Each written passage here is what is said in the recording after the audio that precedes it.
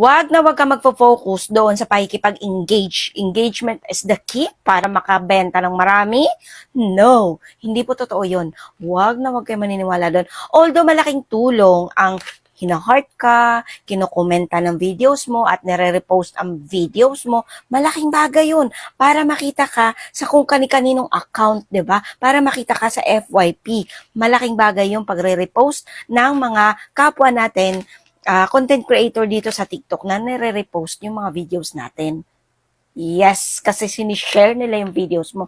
Pero, paano ba nila i-share o ilalike yung videos mo kung hindi ka naman nagpo-focus doon kung paano ka gumawa ng videos na as in de kalidad na video, as in magandang video, as in malinaw na video, as in malinaw ang pagsasalita mo sa videos. Dapat ganun, doon tayo magpo-focus kung paano mag-grow ang paggawa natin ng videos. Kasi kalimitan dito, gumagawa ng mga videos, basta na lang, 'di ba?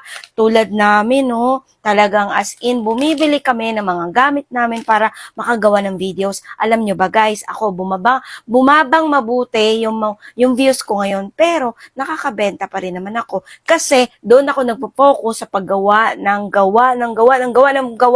videos. Aw, ano ba yung daming gawa? Oo, totoo po yun. Sinasabi ko sa inyo, daming gawa po talaga. Marami akong ginagawang videos every day. Doon ako nagpo-focus po talaga guys. Kaya kahit bumaba yung views ko ngayon, kasi malimit ako nagkakaroon ng violation. Hindi ko alam kung yun ba ang reason, kung bakit bumaba ang views ko dahil sa violation. I think, hindi ko alam, basta, hindi ko masagot yun.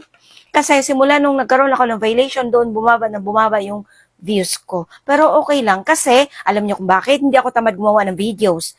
Yung mga ginagawa kong dating videos, yun ang nagtitrending ngayon. Yun yung nasa FYP ngayon. Kaya doon ako nakakabenta. Kaya ikaw, mag-focus ka lang sa paggawa ng video. Huwag ka magpo-focus doon sa pakikipag-engage. Okay? Kapag may video dumaan sa FYP mo at nagustuhan mo, okay, i-like mo, comment ka, i-repost mo, go ahead. Walang magagalit sa'yo doon. Basta, nasa tamang pakikipag-engage nga lang. Pero, hindi rin maganda pakikipag-engage. Hoy, engage me back!